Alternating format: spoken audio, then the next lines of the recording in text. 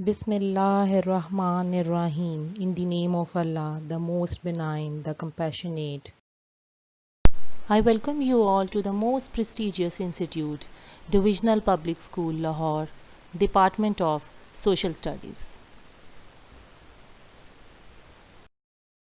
Today's lecture is about Class 8, subject Social Studies, and this is Geography's lecture number 1 from the third term.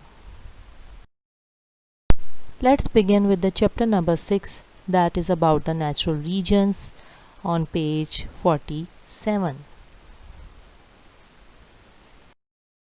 Students' learning outcomes. After completing this lecture, the students will be able to identify a region as a spatial entity, identify the major regions of the world in terms of climate, and they will also be able to describe the names of the continents from each natural region. Let's talk about the term region. What is a region? Region is a geographical or ecological area having physical or cultural homogeneity. It is a spatial entity that may comprise one or some parts of the globe. It is not necessary that different areas comprising a region may be geographically interconnected. That means it is not necessary that all the areas of a region are geographically interconnected. They may not be interconnected, they may belong to different continents. Now I am going to clarify the concept of a region.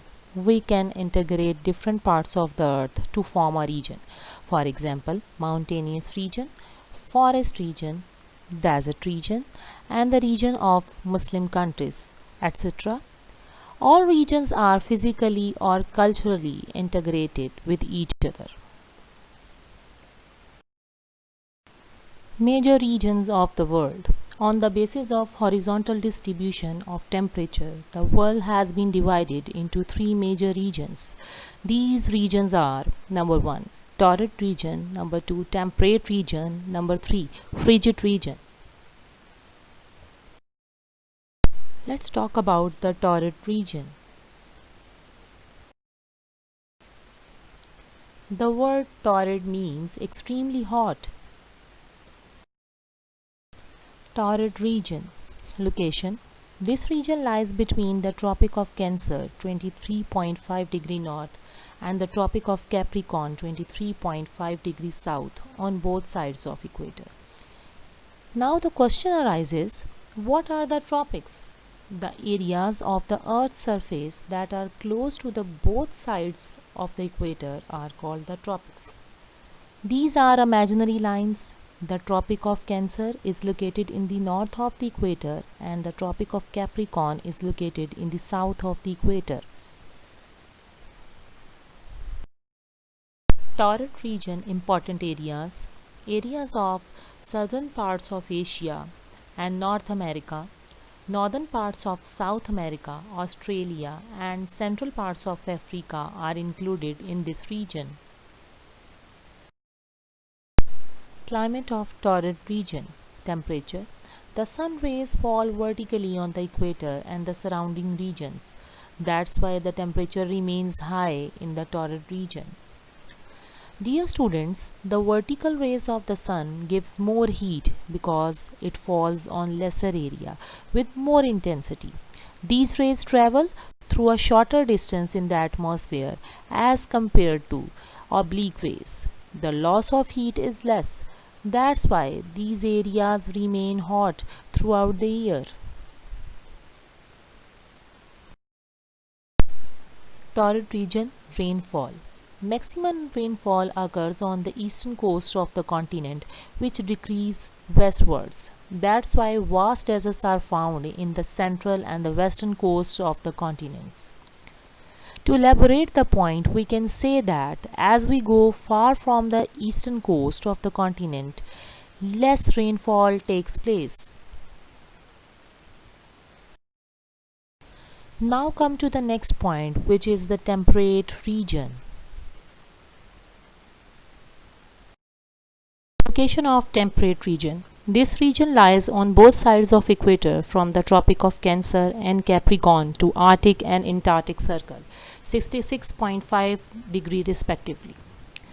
The areas that lie between the Tropic of Cancer to Arctic Circle in the northern hemisphere and the areas that lie between the Tropic of Capricorn to Antarctic Circle in the southern hemisphere are called temperate region. Important areas of temperate region: areas of Asia, Europe, North and South America, Africa and Australia are included in temperate region. Climate of temperate region. Temperature. The sun rays are oblique in temperate region.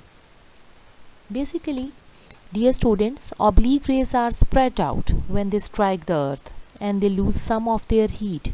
That's why the intensity of temperature is not too high. Both seasons, for example summers and the winters, are found here. In a nutshell, we can say that this region has a mild climate, neither very hot nor very cold. Rainfall in temperate region. There is abundant rainfall in temperate region. Amount of rainfall is maximum on the west coast of the continents, which decrease eastward. That's why deserts are found in the interior of the continents. Our next point is about the frigid region. Frigid means intensely cold. Location of the frigid region. This region lies on the both sides of the equator from the Arctic and Antarctic circles to north and south poles, 90 degrees respectively. Now again the question arises, what are the Arctic and Antarctic circles? Dear students, these are the lines of the latitudes around the earth. These lines are the imaginary lines. Important areas of frigid region. Some areas of Asia, Europe, North America and whole of Antarctica are included in this region. Climate of frigid region. Temperature. The sun rays are too oblique in this region. That's why it is extremely cold region with no summer season. Frigid region. Rainfall. Amount of rainfall is low in this region. Maximum precipitation occurs in the form of snowfall. At the end, your home assignment. Read chapter number 6, page number 47 and 48. Write short answers of question number 1 and 2 from the exercise. Write detailed answer of question number 1 from the exercise. Stay blessed. Allah Hafiz.